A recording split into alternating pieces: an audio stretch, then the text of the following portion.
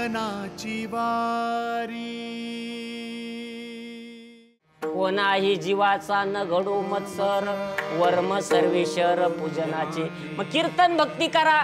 एखादा श्रवण भक्ती करतोय, श्रवण भक्तीमध्ये आनंद आहे।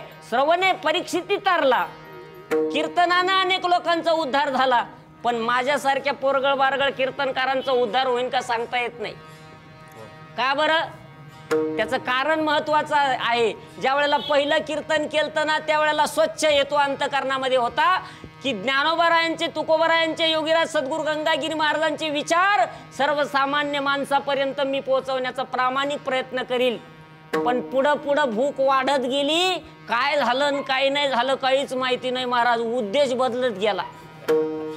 आणि मग आमची भक्ती भगवंताला आवडेल की नाही सांगता येत नाही, कारण तुकोबारायांच्या वर्तुळामध्ये भक्ती करणं म्हणजे अत्यंत अवघड गोष्ट आहे। तुकाराम महाराजांचं बघा तुम्ही, जर आपण बारीक चिंतन केलं तर तुकोबारांना काही गोष्टी मान्य नाही। काय, कोणती गोष्ट मान्य नाही कीर्तन भक्तीमधली? बरं, कीर्तन भक्ती माणसाला कीर्तन चांग हो यांग हरिरूप, पण ते कीर्तन कसं असावं नाथ महाराजांनी सांगितलं। भक्ती ज्ञान विरहित गोष्टी इतरान कराव्या, प्रेम भरे वैराग्याच्या युक्ती विवराव्या, जेणे करून मूर्ती ठसेल अंतरी श्रीहरीची, ऐसी कीर्तन मर्यादा हे संतांच्या घरची। नाथ महाराजांनी सांगितली कीर्तन परंपरा, असं कीर्तन असावं। तुकोबाराय सांगतात की कीर्तनामध्ये कोणाचं नाव घेऊ नका। आता आमच्या सारख्या कीर्तनकार महाराजांनी जर कोणाचं नाव घेतलं नाही तर त्या महाराजाला तारखीच नाही, लक्षात घ्या। कारण महाराजांचं प्रमाण आहे, माझ्या मनाचं सांगणार नाही। तुकोबाराय सांगतात, वर्णावी ती थोरी एका विठ्ठलाची,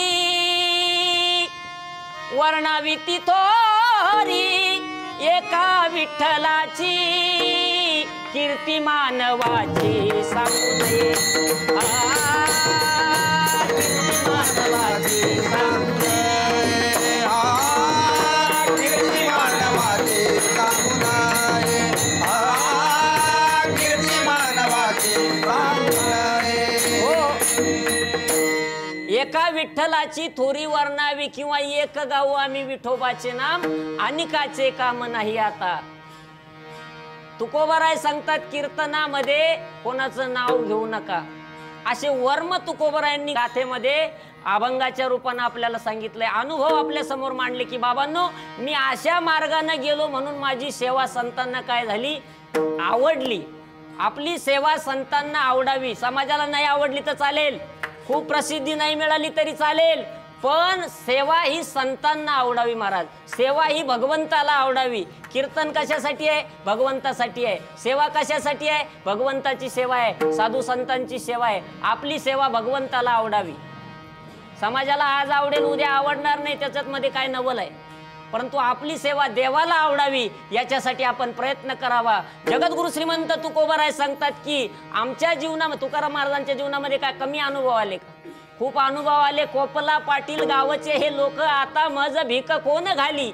तुकोबारांना महाराज रागावले, लोक काही बोलू लागले, आणि मग समाजाचा त्याग करून तुकोबाराय भंडारा भामचंद्र घोराडा डोंगरावरती भजन करण्यासाठी जाऊ लागले। आणि ज्या वेळेला खऱ्या अर्थानं दिन रजनी हाची धंदा, गोविंदाचे पवाडे, रात्र न कळे दिवस न कळे अंगी खेळे दैवत, रात्रंदिवस भगवंताचं चिंतन केलं, नामस्मरण केलं, त्या वेळेला ती खऱ्या अर्थानं पांडुरंगाची सेवा घडली, साधू संतांची सेवा घडली। आणि मग तुकोबारायांना पक्क ठरवलं संत महात्म्यांनी, आणि म्हणून जगद्गुरु तुकोबाराय आज कृतज्ञता व्यक्त करतात की बाबा हो, संतांनी माझा स्वीकार केला, तुमचाही स्वीकार संतांनी करावा, आपलाही स्वीकार संत महात्म्यांनी करावा।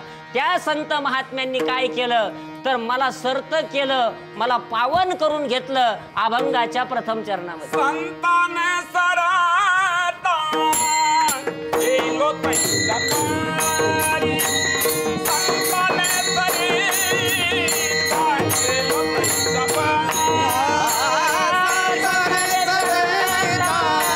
गेलो तैसा पारी,